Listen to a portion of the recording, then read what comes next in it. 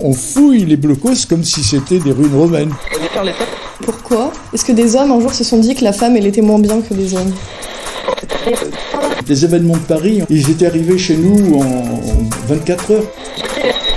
Les blagues sont basées sur les événements historiques.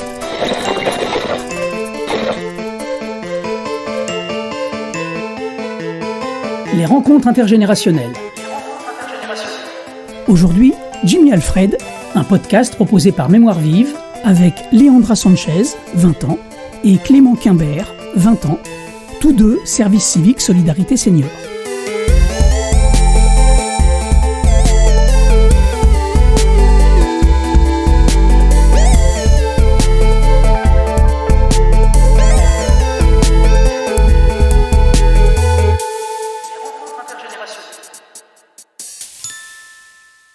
Chapitre 4. Être humble, la plus difficile aventure humaine. Vous nous avez dit à la fin du dernier épisode que pour vous, on arrivait à un moment important de l'histoire. Pouvez-vous développer ? Je pense que l'homme doit accepter de renoncer à se mettre au centre de l'univers et de la Terre, parmi le règne animal, le règne végétal, etc. C'est une nécessité vitale pour lui et puis pour le reste aussi, tout ce qui est la vie sur la planète. Ce renversement, se dire on est parmi l'écosystème planétaire, peut-être qu'on a la chance de soi-disant être plus intelligent que les autres, utilisant cette intelligence pour être et non pas pour avoir. Être en relation avec les autres, mais pas pour posséder. Mais c'est pas évident parce qu'on reste dans le concept toujours de productivité. On peut pas inventer quelque chose de nouveau tant qu'on fonctionne qu'avec ce concept-là de produire plus. Produire plus, c'est détruire plus. Chaque fois que je me suis trouvé confronté à quelque chose, j'avais un choix à faire, je mettais deux choses. Je disais, il y a ce qui va dans le sens de la mort, ce qui va dans le sens de la vie. Et chaque fois, j'ai essayé de faire des choix de ce qui allait dans le sens de la vie, dans des domaines complètement différents, toujours. Thanatos, la mort, Eros, la vie, essayons de choisir ce qui va toujours dans le sens de la vie. On a la capacité, mais faudrait peut-être pas trop continuer pendant longtemps à jouer avec le feu comme l'homme continue de le faire. Je me dis donc, on a un potentiel d'adaptation, on doit arriver à faire quelque chose.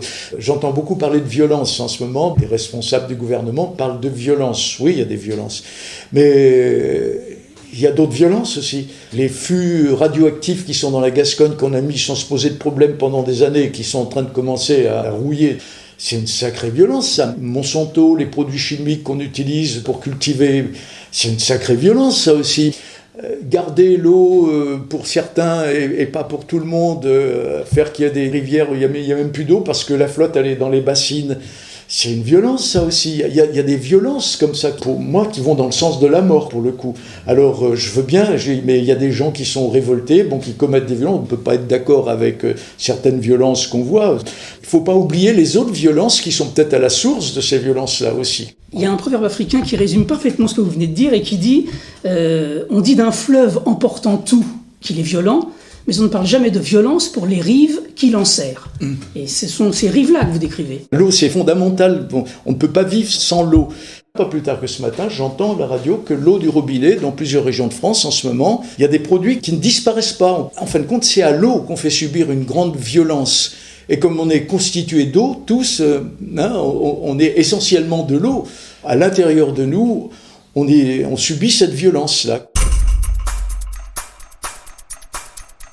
En arrivant chez vous, on voit d'emblée que vous êtes un grand lecteur. Vous avez même toute une salle consacrée à vos archives.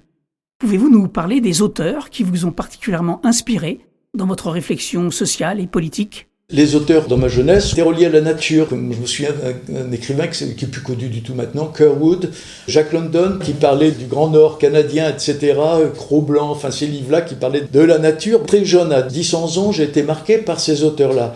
Et puis après, j'étais marqué beaucoup par Émile Zola. Oui, Émile Zola, La Terre, Germinal, ça m'a fait rentrer dans une dimension sociale, ces auteurs-là. C'était fondamental. Et en même temps que j'ai rencontré Zola, j'ai rencontré John Steinbeck, qui parlait de la crise qu'il y avait aux États-Unis, etc.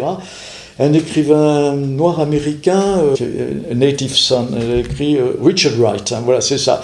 Donc il m'a bien fait rentrer dans la condition des Noirs américains. Un autre qui s'appelait Caldwell. Et alors il y avait la dimension nature avec les premiers dont j'ai parlé, et la dimension sociale entre Steinbeck et puis Émile Zola. Et c'est quelque chose dès l'âge de 14-15 ans qui m'a beaucoup marqué. Beaucoup de livres aussi sur la Shoah, sur la tentative d'extermination des Juifs par Hitler. Quelqu'un que j'aime beaucoup, c'est Edgar Morin, qui a abordé le problème de la complexité. Et ça me paraît très important parce que rien n'est simple, tout est complexe. Dans tous les domaines, en fin de compte. Edgar Morin a beaucoup travaillé à faire se rencontrer des scientifiques de différentes branches, biologie, chimie, physique ou autres, pour montrer qu'un phénomène est toujours en relation avec d'autres choses. Et on est toujours dans du complexe. Il y a toujours deux choses qui s'opposent, et quelque part qui sont peut-être nécessaires qu'elles s'opposent aussi, pour qu'on vive cette complexité. Quel serait le message que vous, aujourd'hui, vous avez envie de transmettre aux autres ? Un message qui parlerait du côté merveilleux et fragile de la vie, qu'il faut préserver. C'est ça qui est terrible, on se met des œillères, on ne veut pas voir. Il faut arriver à s'auto-limiter. C'est ça qui est intéressant, je crois, c'est que s'auto-limiter, c'est pas se rendre malheureux, c'est pas être frustré de quelque chose. C'est savoir jouir de ce dont on a besoin tout en étant relié à tous ceux qui sont dans l'écosystème autour de nous. C'est pas une catastrophe, au contraire, c'est un mieux vivre qu'on a à découvrir. Et voilà ce que je reproche aux gens qui nous gouvernent, c'est que eux, on dirait qu'ils n'arrivent pas à penser ça, que le progrès, c'est toujours plus. Le progrès, c'est l'hubris pour eux, en quelque sorte. Et moi, je pense que le progrès, non, c'est pas ça le progrès. Si tous les animaux fonctionnaient comme nous, les animaux, ils sont prédateurs, comme nous, mais raisonnablement prédateurs, on va dire. Ils mangent pour se nourrir, mais on ne voit pas des lions qui vont tuer tout d'un coup toutes les antilopes dans la savane, non. Il y a une banalité du mal, les gens qui dénoncent par exemple pour le climat, ça fait 50, 60 ans. René Dumont, quand il se présente avec un verre d'eau à la campagne présidentielle, premier candidat qui se déclare écolo, et il dit voilà, dans tant d'années, ça va devenir une rareté. Il a passé pour un rigolo. Oui, c'est aussi une banalité du mal que de détruire la terre sur laquelle on vit, l'humus dont on parlait tout à l'heure. Prenons l'Amazonie, par exemple. Bolsonaro, l'ancien président, il détruit sans se poser de questions la forêt amazonienne pour planter du soja qu'on va revendre pour nourrir nos bœufs, nos vaches, etc.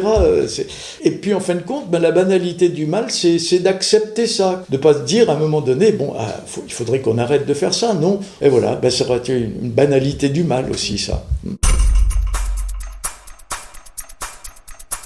Retrouvez la suite dans le 5e et dernier chapitre, Dialogue intergénérationnel. C'était Rencontre intergénérationnelle, avec Jimmy Alfred, 81 ans, retraité à Royan, en Charente-Maritime, Léandra Sanchez, 20 ans, et Clément Quimbert, 20 ans, tous deux service civique Solidarité Senior. Un podcast conçu par Mémoire Vive, sur une idée originale de Louise Leclerc, en collaboration avec le service civique Unicité de Royan, mis en ondes et en musique par Sylvain Kunzmann et animé par Jean-Marc Bonin.